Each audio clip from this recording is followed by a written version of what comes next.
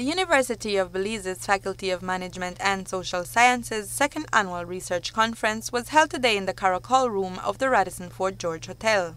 The conference showcased investigative work in topics that are of importance to Belize. The Dean for the Faculty of Management and Social Sciences, Dr. Vincent Palacio, says that in the past, UB has always had students conducting theses and research, but those would be stored in the library. So in an initiative to get the information out to the general public, they decided to host this conference.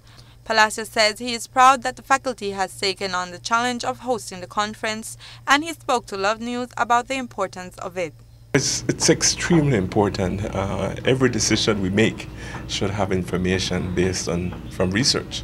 Every policy we develop, everything we do, we should research before we do it.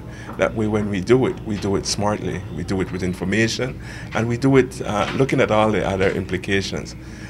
Dr. Jean PERRIOTT, who is an associate professor and coordinator for the research conference, says the students have done good research considering the lack of funding that exists. The first one was very successful. It was held last year. The room was full.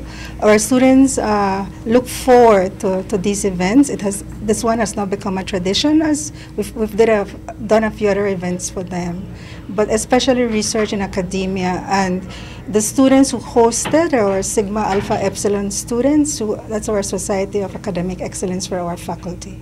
I think you've seen them moving around things, no? The students who present are students who have done the advanced research course that we offer at the university, and the students who have completed thesis. I'm really proud of them because they've really learned, they've really put into practice everything that we have done in the classroom. And they had guts to go out there even when they were refused, and told over and over, well, we don't have time, we can't attend to you. And they understood that sometimes it's because people are very busy, and sometimes in the field there were some funny incidences that occur for them, but they have learned. During the opening ceremony this morning, Associate Director of Research and Education at the Institute of Archaeology and Research Center, Dr. John Morris, spoke about the role and importance of research for development.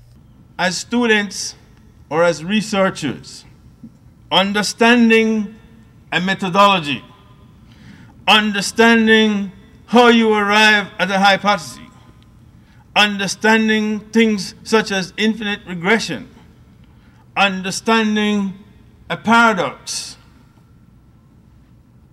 These are necessary in our work. But just as in the physical science, we cannot understand our methods unless we know what we're talking about. I've noticed on the program there that many of the discussions here are going to deal with things such as interest rates, things such as labor. But do we really understand the social implications of what labor is? Do we really understand what we mean when we say we are lowering the interest rates and what the implications of that particular action does? And have we done the necessary research to understand the various trajectories that are going to occur if something such as lowering the interest rates takes place? Topics that were covered at today's conference included research subjects such as fuel and taxes, IMO in Benke, and investments in BTL, among many others. Research posters were also on display in the adjacent room, and one of these showcased the research on the topic of tourists' preferred mode of transportation. The research was carried out by a group of 4, and Christy Medina is a member of the research panel. Tourism contributes greatly to our economy, and it provides many jobs for us, so therefore that is important in that aspect. And in particular to that, we would actually implement these results as a guideline or as a basis for those hoteliers, for those tour guides and other businesses in the tourism industry, so that they could use and implement strategies to provide a better service to the tourists that are coming in, depending on the reasons for coming into Belize City. She also spoke about the methods used for gathering information. 2 of us visited the Philip Golson International Airport and the Belize, well, the tourism village. So therefore, we collected data, but we had a limit in time due to it's one semester for the project itself. So therefore, we both of us went to different locations and we collected what we needed.